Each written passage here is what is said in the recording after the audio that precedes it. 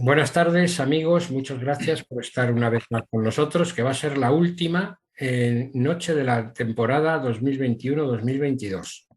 Hoy vamos a ver una conferencia que se llama El uso fiscal de los sellos de la emisión de Isabel y Cid de 1937. El ponente, Enrique Viruega Morales, es coleccionista desde niño y es un estudioso del correo y de los sellos postales. Miembro de la Sociedad Filatélica de Madrid, de la Sociedad Filatélica de Eibar, de la Sociedad Polar Española y de Acinet, y académico electo de la Real Academia Hispánica de Filatelia e Historia Postal. Ha expuesto en exhibiciones locales, nacionales e internacionales, logrando muchos premios. Ha publicado fundamentalmente en medios digitales y dictado numerosas conferencias. Sus estudios tratan sobre la historia postal de Guipúzcoa, desde la prefilatelia hasta la época clásica, hasta 1945. La historia postal del País Vasco, desde la prefilatelia hasta 1945 también.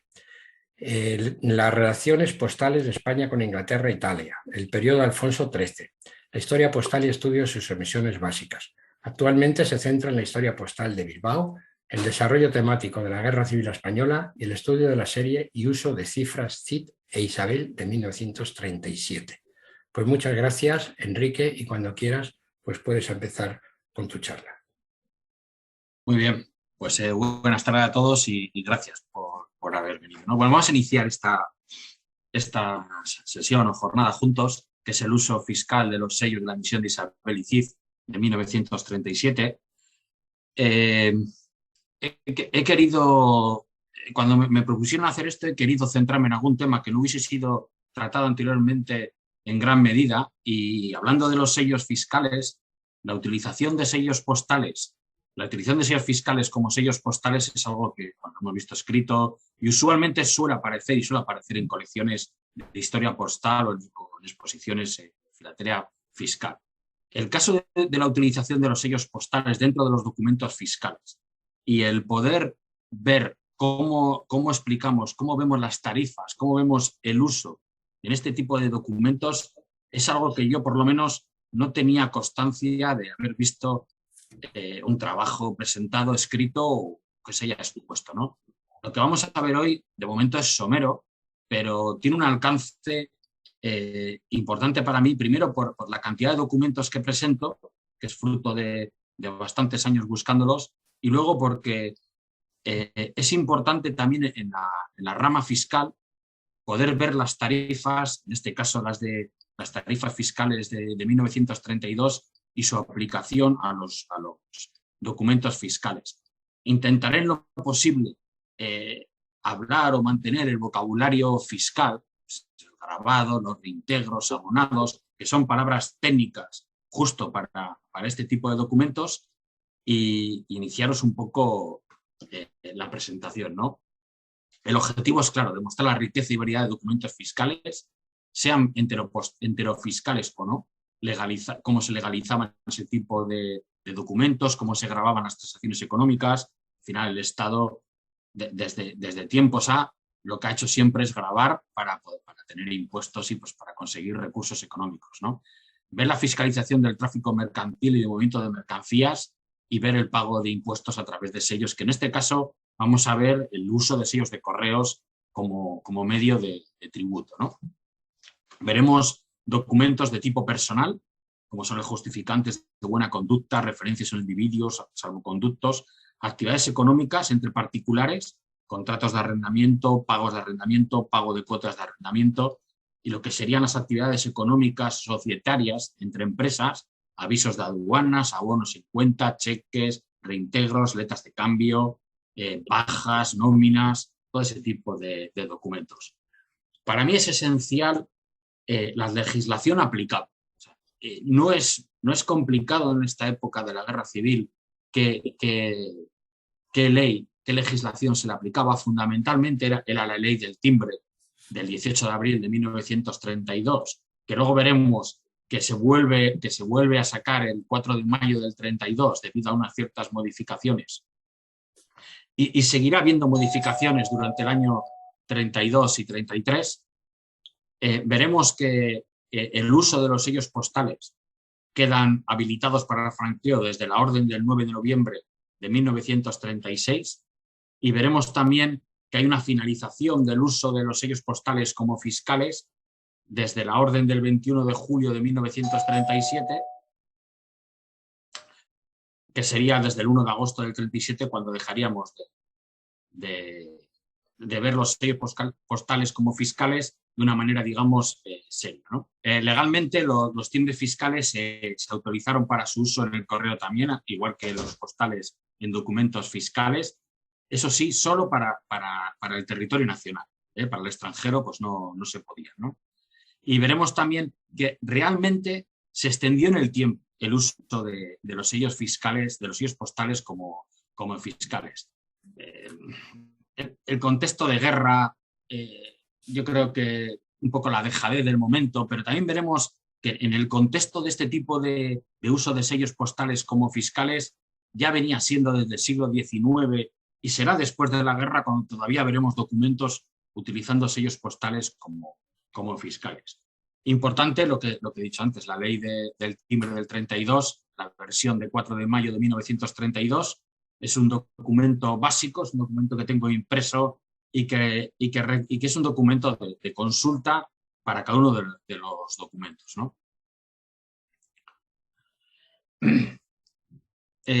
Hago un pequeño contexto del uso de timbres fiscales en la correspondencia postal, no voy a dedicarle mucho tiempo, pero veremos que vemos un uso, por ejemplo, de un especial móvil en una carta de Burgos a Coto de Pinilla para satisfacer los 30 céntimos.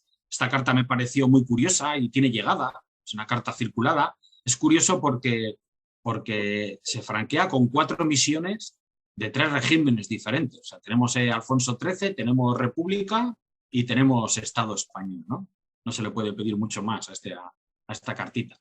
Veremos el uso de fiscales pues para satisfacer el franqueo de los 30 céntimos en la carta de Cortejana a Bilbao, y podemos ver en el caso, por ejemplo, de la carta de Haro a San Sebastián, lo mismo, ¿no? Que hay 3 sellos republicanos y se le añade una póliza que realmente no estaba en la lista de los fiscales autorizados para el correo. Porque si leemos atentamente la ley, vemos que solamente a alguno de los efectos fiscales se les permitía el uso en correos, cosa que no se cumplió, ¿no? Bueno, vamos a poner mínimamente en contexto el uso de timbres postales como timbres fiscales. He querido dejar la palabra timbres para que coja un espectro más amplio que el mero hecho de sello, ¿no? Podemos ver que desde el siglo XIX, no mido muy atrás, pero existe anteriormente, vemos aquí una letra de cambio con un sello del pelón. Vemos que lo que hace es, ¿cómo se llama esto?, complementar el sello con un sello de 50 céntimos del pelón, la escala que tenía que pagar para poder reintegrar la letra, ¿no? Vemos también un documento reintegrado con un sello de Baquer sobrecargado República. En ambos casos, estos documentos pertenecen a la colección de Xavier Andreu. Vemos aquí también, durante la Guerra Civil en la zona republicana, que también se ven bastantes documentos con sellos postales. En este caso me ha parecido curiosa, también es de la colección de Xavier Andreu, el uso de 3 tipos de timbres o de sellos en un documento. En este caso vemos sellos de Generalitat, vemos sellos fiscales y vemos sellos de correos. En este caso los sellos de correos sospechamos que era para el pago del impuesto de guerra. Coincide y es algo que hemos podido constatar entre los fiscaleros que coleccionamos este tipo de documentos. Y he querido poner también, después del periodo de la Guerra Civil, para que veamos unos ejemplos de mi colección de documentos fiscales, una letra de cambio de 1942, vemos un documento de materiales, vemos una factura. Entonces vemos que, aunque ya no había ningún problema, porque estaba imprimiendo Roel, porque ya estaba la Fábrica Nacional de Moneda y Timbre, porque estaba la fábrica de Fournier Vitoria imprimiendo fiscales, en general, pues se sigue utilizando los sellos postales como sellos fiscales. Y ahora sí nos vamos a centrar en el uso fiscal de la emisión burgalesa para ver en su magnitud qué tipo de documentos y qué usos se hacían de estos sellos postales aplicados a documentos fiscales. En este caso, lo que veremos en todas las hojas o de procurado es extraer de la ley del timbre de 1932 la justificación del pago que había que hacer, ¿no? Del reintegro que habría que hacer o del abono, ¿no? En este caso es un contrato de arrendamiento. Vemos que en el contrato de arrendamiento ya tiene un escalado que ya nos ayuda a seguirlo. En este caso es un contrato de arrendamiento o contrato de inquilinatos. Estamos hablando, si no me equivoco, vamos a ver, estamos hablando de una cuantía entre 400 y 700 pesetas, lo que hace que haya que reintegrar con 2,40 pesetas. Sería como un timbre de clase séptima. Lo vemos aquí y corresponde perfectamente. En este caso, y nos servirá para todo, existía un artículo dentro de esta misma ley del timbre, el artículo 9, que dice que en cada uno de los timbres hay que escribir la fecha del documento en que se fije, ¿no? En este caso, y si eso no se cumple o se considera como omisión del timbre a efecto de sanción correccional. Bueno, lo que vemos es que había una obligación de poner el sello de fechas, pues para de alguna manera certificar de que se había abonado el correspondiente reintegro, ¿no? En este caso, no sé exactamente cómo harían, cómo llegaría Hacienda. Me imagino que entre Hacienda y Correos en épocas de guerra llegarían al mismo sitio todo lo recaudado, pero en este caso, por el uso son sellos de Correos. Vemos también una viñeta, un sello de auxilio necesitado de 010 de Sevilla. Luego veremos que tanto en el Ayuntamiento como en todas las instancias de Sevilla y de casi toda Andalucía, los 10 céntimos también se exigieron en los documentos fiscales, y lo iremos viendo en alguno de los documentos, ¿no? En este caso es un aviso de aduana, está circulado el 22 de mayo del 37. Veremos que en el artículo 38 dice que llevarán un timbre de 25 céntimos. En este caso, vemos que los 25 céntimos se satisfacen con dos sellos del 5 céntimos del CI, en este caso pie corto, y un 15 céntimos de Isabel. Bueno, pues es un documento que cumple perfectamente, están fechados, corresponden con la fecha del documento, y es un documento puro de explicación del uso de postales en fiscales. En este caso, es un cheque de abono en cuenta. Se trata de un donativo para un nuevo acorazado, ¿no? En este caso son 300 pesetas, pero en este caso estos cheques al portador no había un escalado como tal, y lo que se hacía era pagar con un timbre especial para cheques 25 céntimos. No utilizan el sello especial para cheques, y en este caso lo que utilizan es un sello de 25 céntimos de Isabel la Católica. Y por supuesto los 10 céntimos de ayuda al necesitado. Quería decir que en este caso corresponde, lo voy a leer para decirlo exactamente, corresponde al reintegro por el cobro del cheque al portador o a favor de una persona. Esto es importante, porque si fuese a empresas o así, habría un tipo de escalado diferente, ¿no?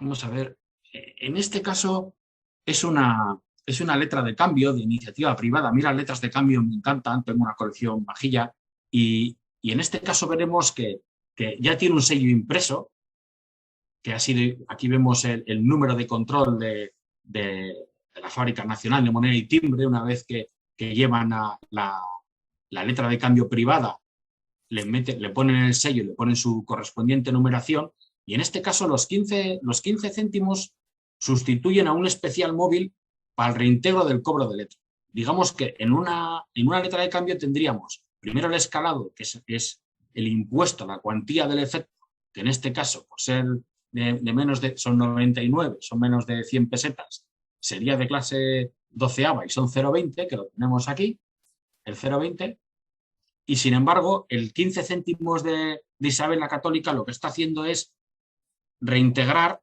el cobro de la letra. Es algo así el impuesto por mercantil de haber cobrado la letra.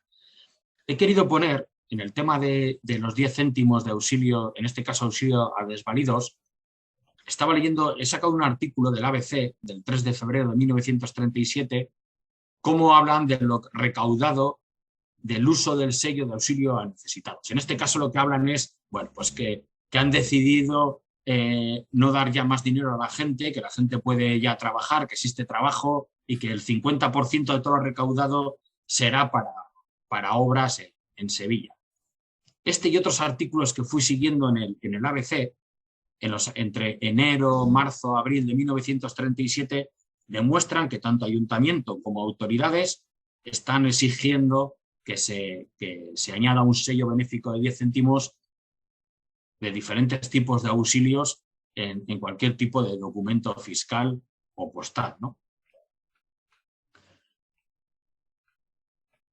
Vemos aquí otra letra de cambio, en este caso también es privada. En este caso, a diferencia de la otra, no ha sido llevada a la Fábrica Nacional de Moneda y Timbre, no tiene un sello fiscal impreso y entonces tenemos los 2,30 céntimos corresponden, en este caso vamos a ver, son 200, estaría en el escalado entre 200,01 y 350, lo que correspondería a 0,60 el timbre.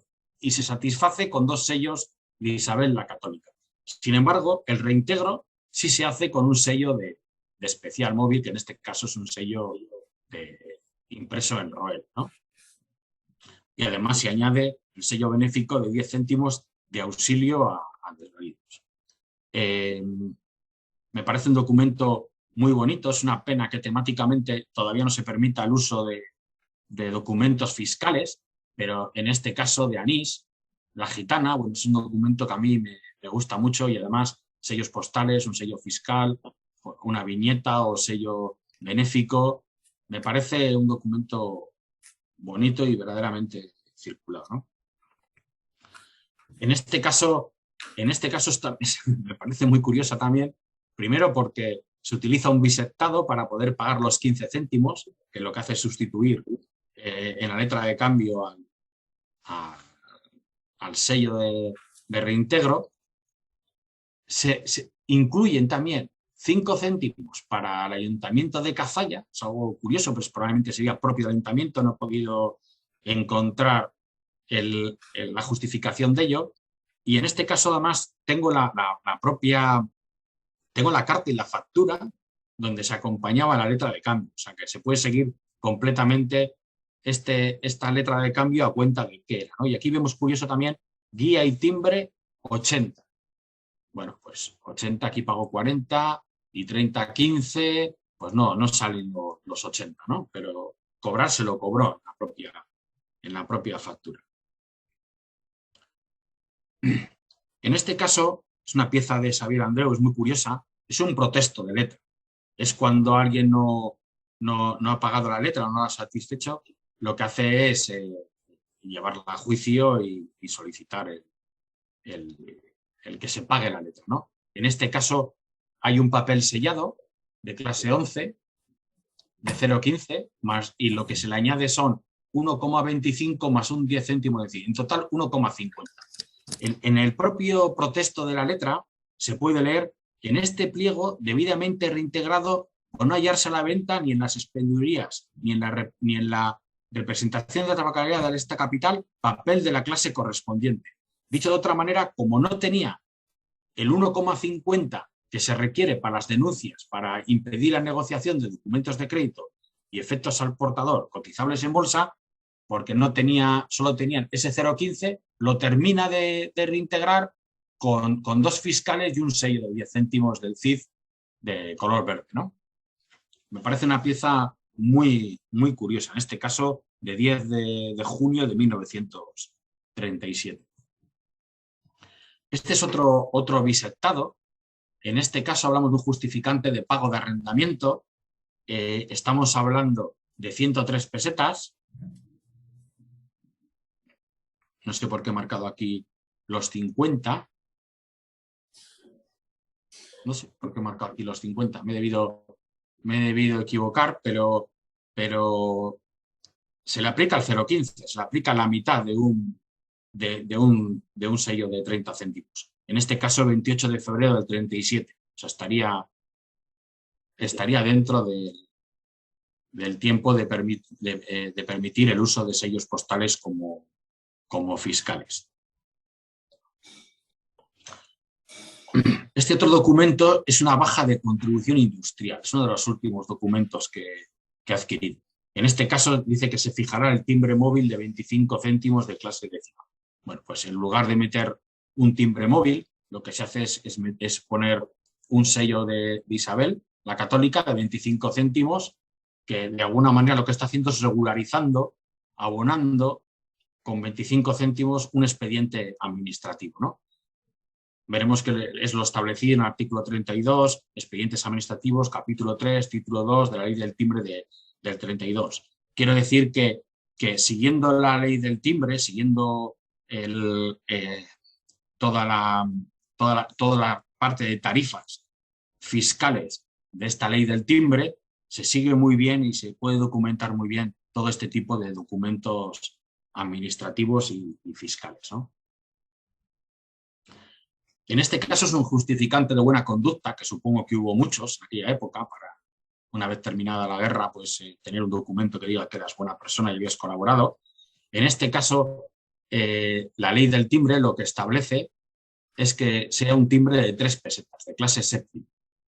Veremos que aquí lo que hay son 10 sellos de 30 céntimos para cumplir con las 3 pesetas. Es muy curioso porque en los documentos fiscales no se da el caso como en algunas cartas de la guerra civil, donde no siempre la tarifa está sobre las cartas o hay cierta, digamos, manipulación o cartas entre coleccionistas. Los documentos fiscales coinciden a la perfección, los reintegros o los abonos con lo especificado en la ley del timbre. En este caso, artículo 20, noveno, del título 2, ¿no? Y lo mismo, cada uno de los sellos va con su fecha del documento. Esto ya habíamos visto al principio que era obligatorio o no era válido el documento, ¿no? En este caso son referencias de un individuo. En este caso es un justificante de la alcaldía sobre un individuo. Se trata, está dentro, digamos, de las fes debidas, de domicilio, de residencia, estado de clases, siempre y cuando la pensión no exceda de 1.500 pesetas anuales. En este caso es un timbre de 15 céntimos, que lo vemos aquí, es un sello del CID, sigue siendo impreso en Fournier de Burgos, aunque no tenga el pie de imprenta, debido a que los últimos sellos a partir del año 38, parte del 38, se elimina los pies de imprenta para no hacer propaganda de las casas impresoras. Y vemos también una sobretasa del Ayuntamiento de Barcelona que podemos ver en la Gaceta de Madrid, en el número 178 del 27 de junio de 1929, es un arbitrio de carácter extraordinario con motivo de la Exposición Internacional de Barcelona, ¿no? Es un documento también, pues para mí me parece muy bonito siempre, porque aparte del Viva y Arriba España, saludos a Franco, vemos cómo es puro de la guerra. En este caso es septiembre de 1939, con los sellos, las fechas. En este caso no se ha puesto las fechas encima de los sellos, pero se le ha puesto un Arriba España. Bueno, es un documento bonito. En este caso son nóminas en Baleares. Digo en Baleares porque veremos que en el periódico El Adelantado podemos ver que toda clase de documentos oficiales deben llevar estos sellos de Proparo. Veremos que en este caso son 2 nóminas, una del 30 de septiembre y otra del 31 de marzo, unas por la cantidad de 50 pesetas, otros por la cantidad de 400 pesetas y llevan su correspondiente 15 céntimos y su correspondiente 25 céntimos, sus fechados encima de los sellos para anularlos, ¿no? Ya por aquí reintegro 15 céntimos para entre 5 y 250 pesetas, que es este caso, y 25 para entre 250,01 y 500 pesetas. Vemos aquí un cheque, en este caso la cantidad es de 104,05 pesetas y los 25 céntimos, en este caso, corresponden al reintegro de un cheque al portador, ¿no? Fueron sustituidos con un 15 céntimos y con 2,10. En este caso da 35 realmente. No sé muy bien exactamente por qué, porque en este caso la ley del timbre era clara, que tenía que ser un timbre especial para cheques de 25, pero el que puso los sellos, pues no sé, tendría 15, no tendría uno de 5 y lo pondría, ¿no? Aquí vemos otro cheque, en este caso es un cheque muy alto, es de 4.005 pesetas. En este caso hay que explicar, hay que ir al segundo punto del artículo primero del título 3 de la ley del timbre. Veremos que entre 3.500 a 7.500 es de clase cuarta, serían 12 pesetas. Y vemos aquí a ver, así son las 6 pesetas, están abonadas por 5 timbres de efecto de comercio de 1,20, estos que vemos aquí. Luego lleva el recibir de los 60 céntimos, que corresponde a un tramo entre 2.000 y 5.000. Y vamos a ver, y fue tomado para cheques de más de 500 euros, estas 6 pesetas. Es curioso, pone aquí, es algo curioso en este caso, se reintegrará con timbres móviles para cheques y órdenes. Sin embargo, en este caso y en casi todos los cheques que he podido ver, no se utilizaron los sellos fiscales para efectos de comercio, pero no se utilizaron los de cheques.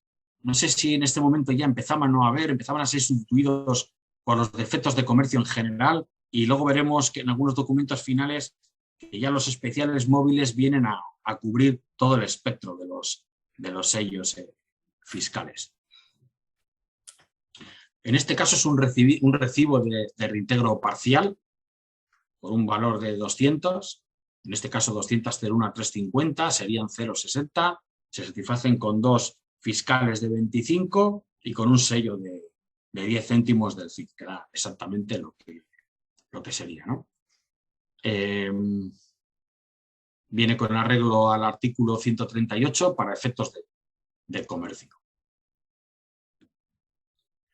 Este que solamente he escaneado 2 hojas del librillo, es un librillo que realmente el que pone escolar es una libreta de una casa donde mes a mes van pagando el contrato de los pagos de arrendamiento, y en cada una de las hojas van poniendo o un sello fiscal o un sello de correos. Ya se ve en los años finales del 37 hasta mediados del 38 que utiliza sellos postales y luego ya son todos sellos fiscales. Va del 1 de julio del 37 hasta el 1 de septiembre de 1947. Es muy curioso porque se ve toda la evolución de los diferentes tipos de sellos de correos, como pasa del sello de Isabel al sello de Fernando, y luego vas viendo ya los diferentes tipos de timbres que se van colocando, ¿no? En este caso le corresponde hasta 50 pesetas, son 0,15, que lo cubre perfectamente. Se sustituye un especial móvil, que era el efecto fiscal que se utilizaba para este tipo de gravámenes en contratos de inquilinato, que es lo establecido, artículo 204 del capítulo 7, título 3 de la ley del timbre.